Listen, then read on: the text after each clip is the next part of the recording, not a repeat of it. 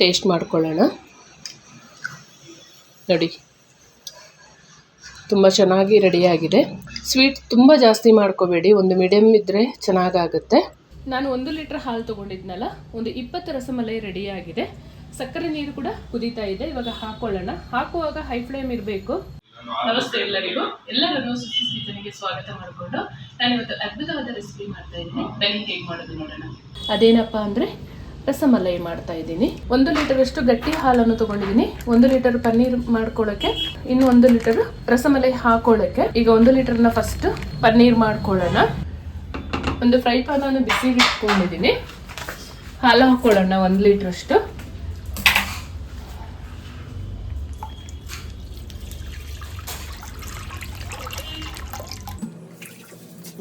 ಹಾಲನ್ನು ಒಡಿಸ್ಕೊಳ್ಳೋಕ್ಕೆ ವಿನಿಗರ್ ಆದರೂ ಆಗುತ್ತೆ, ಇಲ್ಲ ಲೆಮನ್ ಜ್ಯೂಸ್ ಆದರೂ ಹಾಕಿ ಚೆನ್ನಾಗಿ ಕುದೀತಾ ಇರುವಾಗ ಸ್ವಲ್ಪ ವಿನಿಗರ್ ಹಾಕೊಂಡ್ರೆ ಆಯಿತು.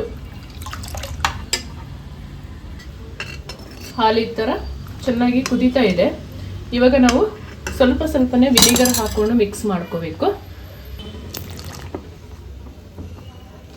ಅದು ಹಾಲು ಒಡೆಯೋಕ್ಕೆ ಸ್ಟಾರ್ಟ್ ಆಗುತ್ತೆ. ಲೆಮನ್ ಜ್ಯೂಸ್ ಆದರೂ ಹಾಕೋಬಹುದು. ನೋಡಿ, ಈ ರೀತಿಯಲ್ಲಿ ಹೊಡೆದ್ರೆ ಆಯಿತು. ಈ ಥರ ಒಂದು ಕಾಟನ್ ಬಟ್ಟೆ ರೆಡಿ ಮಾಡಿ ಇಟ್ಕೊಂಡಿದ್ದೀನಿ. ಇದರ ಮೇಲೆ ಹಾಕ್ಕೊಂಡು ಕಟ್ಟಿ ಇಟ್ಬಿಡೋಣ 1 ಅವರ್. ನಿಮಗೆ ಜಾಸ್ತಿ ರಸಮಲೈ ಬೇಕು ಅಂದರೆ ಇನ್ನೂ 1 ಲೀಟರು ಅಥವಾ ಇನ್ನು ಅರ್ಧ ಲೀಟ್ರ್ ಸೇರಿಸ್ಕೊಳ್ಬೋದು ಹಾಲನ್ನು. ನಾನು 1 ಲೀಟ್ರ್ ತೊಗೊಂಡಿರೋದ್ರಿಂದ ನೋಡಿ ಸುಮಾರು ಸಿಕ್ಕಿದೆ ನನಗೆ. ಈ ಪನ್ನೀರ್ ಮೇಲೆ ಸ್ವಲ್ಪ ತಣ್ಣೀರು ಹಾಕೊಳ್ಳೋಣ. ಲೆಮನ್ ಜ್ಯೂಸ್ ಎಲ್ಲ ಹಾಕಿದಾಗ ಅದರ ಸ್ಮೆಲ್ಲೆಲ್ಲ ಹೋಗಲಿ ಮತ್ತು ವಿನಿಗರದ ಸ್ಮೆಲ್ ಹೋಗಲಿ ಅಂತ ಈ ಥರ ಚೆಂದ ಒಮ್ಮೆ ತೊಳ್ಕೊಳ್ಬೇಕು. ಚೆನ್ನಾಗಿ ನೀರನ್ನು ಹಿಂಡ್ಕೊಂಡು 1 ಅವರ್ ಇಟ್ಟರೆ ಆಯಿತು.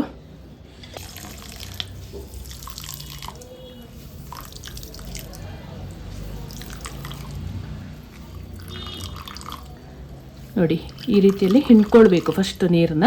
1 ಅವರ್ ಇಟ್ಟರೆ ಅದೆಲ್ಲ ನೀರು ಸೋರ್ಕೊಳ್ಳುತ್ತೆ. ಈ ಬಟ್ಟೆನ ಹೀಗೆ ಕಟ್ಟಿ ಎಲ್ಲಾದರೂ ತೂಗ ಹಾಕಿದರೆ ಸಾಕು. ಇನ್ನೊಂದು ಒಲೆಯಲ್ಲಿ ಇನ್ನೊಂದು ಪಾನಿಗೆ 1 ಲೀಟ್ರ್ ಹಾಲು ಹಾಕೊಳ್ಳೋಣ. ಹಾಲು ಚೆನ್ನಾಗಿ ಕುದ್ದು ಕಡಿಮೆ ಆಗಬೇಕು, ಅಲ್ಲಿ ತನಕ ಹಾಲನ್ನು ಕುದಿಸ್ಕೊಳ್ಬೇಕು.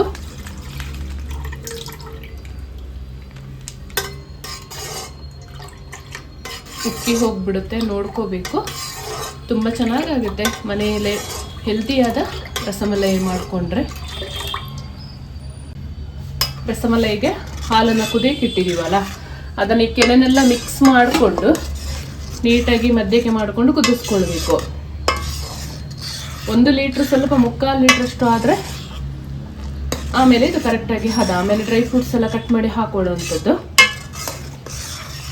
ಹಾಲು ಈ ಹದದಲ್ಲಿ ಕುದ್ದು ಕಡಿಮೆ ಆಗಿದೆ. ಇವಾಗ ನಾವು ಸಕ್ಕರೆ ಹಾಕೊಳ್ಳೋಣ. ನಾನೊಂದು 250 ಗ್ರಾಮ್ ಸಕ್ಕರೆ ಯೂಸ್ ಮಾಡ್ತಾ ಇದ್ದೀನಿ. ಯಾಕೆಂತ ಹೇಳಿದರೆ ಮಲೈಯನ್ನು ಕೂಡ ನಾವು ಸಕ್ಕರೆಯಲ್ಲೇ ಕುದಿಸ್ಕೊಳ್ಳುವಂಥದ್ದು. ಹಾಗಾಗಿ ಜಾಸ್ತಿ ಸ್ವೀಟ್ ಆದರೆ ಅಷ್ಟು ಚೆನ್ನಾಗಾಗಲ್ಲ. ಸ್ವಲ್ಪ ಕಟ್ ಮಾಡಿದ ಪಿಸ್ತಾ, ಗೋಡಂಬಿ, ಬಾದಾಮನ್ನು ಸೇರಿಸ್ಕೊಳ್ತಾ ಇದ್ದೀನಿ. ಚೆನ್ನಾಗಿ ಮಿಕ್ಸ್ ಮಾಡ್ಕೊಳ್ಳೋಣ. ಸಕ್ಕರೆ ಕಂಪ್ಲೀಟಾಗಿ ಕರಗಿದ ಮೇಲೆ ಹಾಕೋಬೇಕಿದು. ಸ್ವಲ್ಪ ಯೆಲ್ಲೋ ಕಲರ್ ಹಾಕ್ಕೊಳ್ತಾ ಇದ್ದೀನಿ, ಫುಡ್ ಕಲರ್ನ. ಒಂದು 1/4 ಟೇಬಲ್ ಸ್ಪೂನ್ ಅಷ್ಟು ಏಲಕ್ಕಿ ಪೌಡರ್, ಸ್ವಲ್ಪ ಕೇಸರಿ ದಾಳನ್ನು ಸೇರಿಸ್ಕೊಳ್ತಾ ಇದ್ದೀನಿ.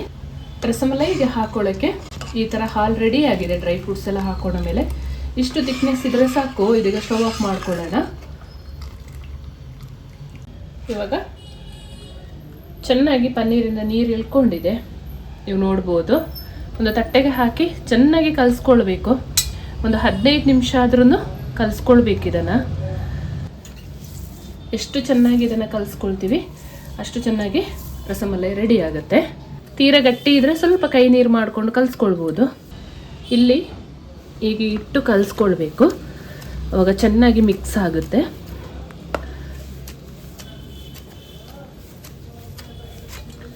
ರಸಮಲೈ ಮಾಡುವಾಗ ಈ ಕಲಸೋದು ತುಂಬ ಇಂಪಾರ್ಟೆಂಟ್ ಆಗುತ್ತೆ. ಸಣ್ಣ ಸಣ್ಣ ಉಂಡೆಗಳನ್ನು ಮಾಡಿ ಒಂದು ಶೇಪಿಗೆ ತರೋಣ ಇದನ್ನು. ಅದಕ್ಕಿಂತ ಮೊದಲು ಸ್ವಲ್ಪ ಸಕ್ಕರೆ ನೀರು ಕುದಿಸ್ಕೊಳ್ಳೋಣ, ಅದಕ್ಕೆ ಹಾಕಿ ಬೇಯಿಸ್ಕೊಳ್ಳುವಂಥದ್ದು. ನೀರು ಸ್ವಲ್ಪ ಬಿಸಿ ಆಗುವಾಗ ಒಂದು 100 ಗ್ರಾಮ್ ಅಷ್ಟು ಸಕ್ಕರೆ ಹಾಕೊಳ್ತಾ ಇದ್ದೀನಿ. ಚೆನ್ನಾಗಿ ಕರಗಲಿ ಸಕ್ಕರೆ. ಚೆನ್ನಾಗಿ ಈ ಥರ ಉಂಡೆ ಮಾಡಿಕೊಂಡು ನೀಟಾಗಿ ಪ್ರೆಸ್ ಮಾಡ್ಕೊಂಡು ಉಂಡೆ ಮಾಡ್ಕೊಳ್ಳೋಣ. ಜಸ್ಟ್ ಒಂದು ಪ್ರೆಸ್ ಮಾಡಿಕೊಂಡು ಸೈಡ್ ಎಡ್ಜ್ ಎಲ್ಲ ಸರಿ ಮಾಡಿಕೊಂಡ್ರೆ ಆಯಿತು.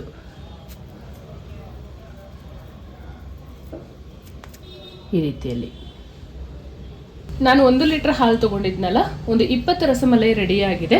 ಸಕ್ಕರೆ ನೀರು ಕೂಡ ಕುದೀತಾ ಇದೆ. ಇವಾಗ ಹಾಕೊಳ್ಳೋಣ. ಹಾಕುವಾಗ ಹೈ ಫ್ಲೇಮ್ ಇರಬೇಕು. ಸಕ್ಕರೆ ನೀರು ಈ ರೀತಿಯಲ್ಲಿ ಕುದೀತಾ ಇದೆ. ಇವಾಗೆಲ್ಲ ರಸಮಲೈ ಹಾಕೊಳ್ಳೋಣ ನಾವು.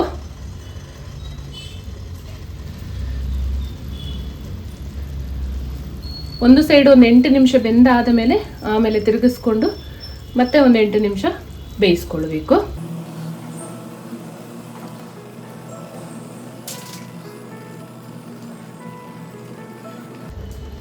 ಮುಚ್ಚಿ ಬೇಯಿಸ್ಕೊಳ್ಳೋಣ. ರಸಮಲೈ ನೋಡಿ ಈ ರೀತಿಯಲ್ಲಿ ಬೆಂದಿದೆ. ನಾವು ಹಾಕೊಳ್ಳುವಾಗ ಇದ್ದ ಸೈಜಿಗಿಂತ ಇವಾಗ ಡಬಲ್ ಆಗಿದೆ. ಈ ಥರನೇ ಬೇಯಿಸ್ಕೊಳ್ಬೇಕು.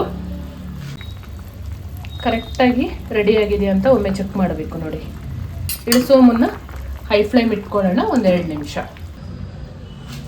ಈ ಹಾಲಿನೊಳಗಡೆ ಹಾಕೊಳ್ಳೋಣ. ಸ್ವಲ್ಪ ನೀರನ್ನು ಇಲ್ಲೇ ಪಾತ್ರೆಯಲ್ಲೇ ಈ ಥರ ಸೋರಿಸ್ಕೊಂಡು ಆಮೇಲೆ ಒಂದೊಂದಾಗಿ ಹಾಕೊಳ್ಳೋಣ.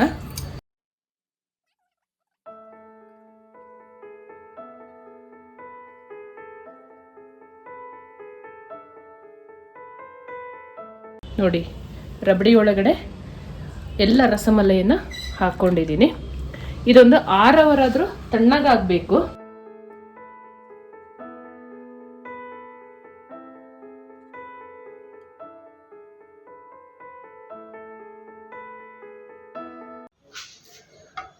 ಫೈನಲ್ ಆಗಿ ಸರ್ವ್ ಮಾಡಿಕೊಂಡು ಟೇಸ್ಟ್ ಮಾಡ್ಕೊಳ್ಳೋಣ. ತುಂಬ ಅದ್ಭುತವಾದ ರಸಮಲೈ ರೆಡಿ ಮಾಡ್ಕೋಬೋದು ನಾವು ಮನೆಯಲ್ಲೇ. ಸಣ್ಣ ಸಣ್ಣದು ಬೇಕಾದ್ರೆ ಮಾಡ್ಕೋಬೋದು, ಇಲ್ಲ ಸ್ವಲ್ಪ ದಪ್ಪ ಬೇಕಾದ್ರೆ ಮಾಡ್ಕೋಬೋದು. ನಾನು ಸ್ವಲ್ಪ ಮೀಡಿಯಮ್ ಸೈಜಲ್ಲಿ ಮಾಡ್ಕೊಂಡಿದ್ದೀನಿ. ಅದ್ಭುತವಾದ ರಸಮಲೈ ಈ ರೀತಿಯಲ್ಲಿ ರೆಡಿಯಾಗಿದೆ. ತಪ್ಪದೇ ಒಂದ್ಸಲ ಟ್ರೈ ಮಾಡಿ.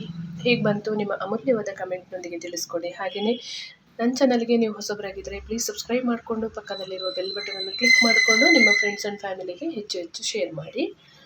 ತುಂಬ ಸುಲಭವಾಗಿ ತೋರಿಸ್ಕೊಡ್ತಾ ಇದ್ದೀನಿ. ಒಂದು ಸಲ ಟ್ರೈ ಮಾಡಿ.